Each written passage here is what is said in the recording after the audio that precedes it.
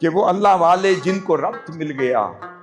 اب آگے اہل اللہ کی کیفیت کیا ہوتی ہے، وہ اپنی قبر مبارک پر کس کیفیت میں رہ رہے ہوتے ہیں.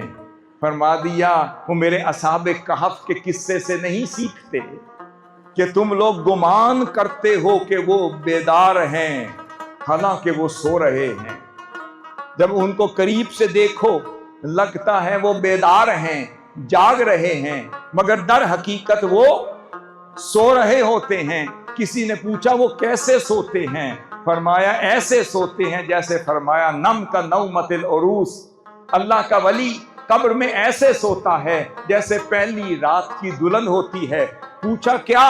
اس نے کہا ارے پہلی رات کی دلہن بھی کبھی سویا کرتی ہے، وہ تو تھوڑی تھوڑی آنکھیں کھولی رکھتی ہے کہ کسی وقت میرے محبوب کے آنے کا وقت ہوگا، وہ آئے گا. اگر آنکھیں بند کر دی تو شاید اپنے محبوب کی زیارت سے محروم نہ ہو جائے.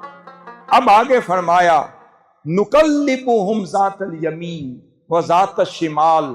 تو فرمایا وقفوں کے بعد ہم کبھی ان کی کروٹ دائیں طرف پلٹ دیتے تھے، کبھی ان کی کروٹ بائیں طرف پلٹ دیتے تھے.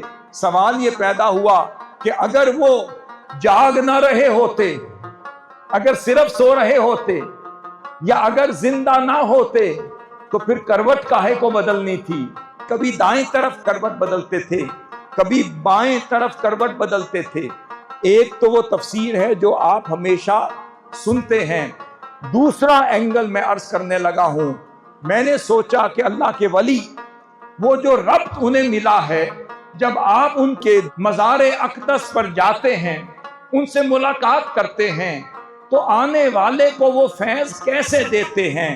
پتا چلے وہ جو اللہ رب العزت کبھی ان کی کروٹ دائیں طرف پلٹتا تھا اور کبھی بائیں طرف پلٹتا تھا، تو پتا چلا کوئی ایسے ہیں جو مزار اقدس کی زیارت کے لیے دائیں طرف آتے ہیں، اور کوئی ایسے ہیں جو مزار اقدس کی زیارت کے لیے بائیں طرف آتے ہیں. تو اللہ نے چاہا کہ میرے ولی کی زیارت والا اگر بائیں طرف سے آئے اور کروٹ صرف دائیں طرف پلٹوں تو بائیں طرف والا محروم نہ ہو جائے، اور کوئی دائیں طرف سے آئے اور کروٹ صرف بائیں طرف پلٹوں، یا بائیں طرف سے آئے تو کروٹ صرف دائیں طرف پلٹوں تو دوسری طرف والا محروم نہ ہو جائے. تو فرمایا ہم اپنے اولیاء کی کروٹ کبھی دائیں طرف پلٹتے ہیں تاکہ یہاں والے فیض پا سکیں، کبھی بائیں طرف پلٹتے ہیں تاکہ یہاں والے فیض پا سکیں. پھر فرمایا لو اطلعت علیہم لولیت منہم فرارا. اس حالت میں اگر تجھے موقع ملتا تم جھانک لیتے تو جن کو تم مردہ سمجھتے ہو وہ تو جاگ رہے تھے، ان کو دیکھ لیتے تو ان کے روب کی وجہ سے بھاگ جاتے. تو پتا چلا کہ وہ کرم بھی فرما رہے ہیں، وہ نگاہ بھی فرما رہے ہیں، وہ زندہ تھے، زندہ ہیں، زندہ رہیں گے. کیونکہ جب تک ربط قائم ہے وہ فیض بھی قائم ہے، توجہ بھی قائم ہے، نگاہ بھی قائم ہے. مگر ضرورت کس چیز کی؟ ضرورت کس چیز کی ہے؟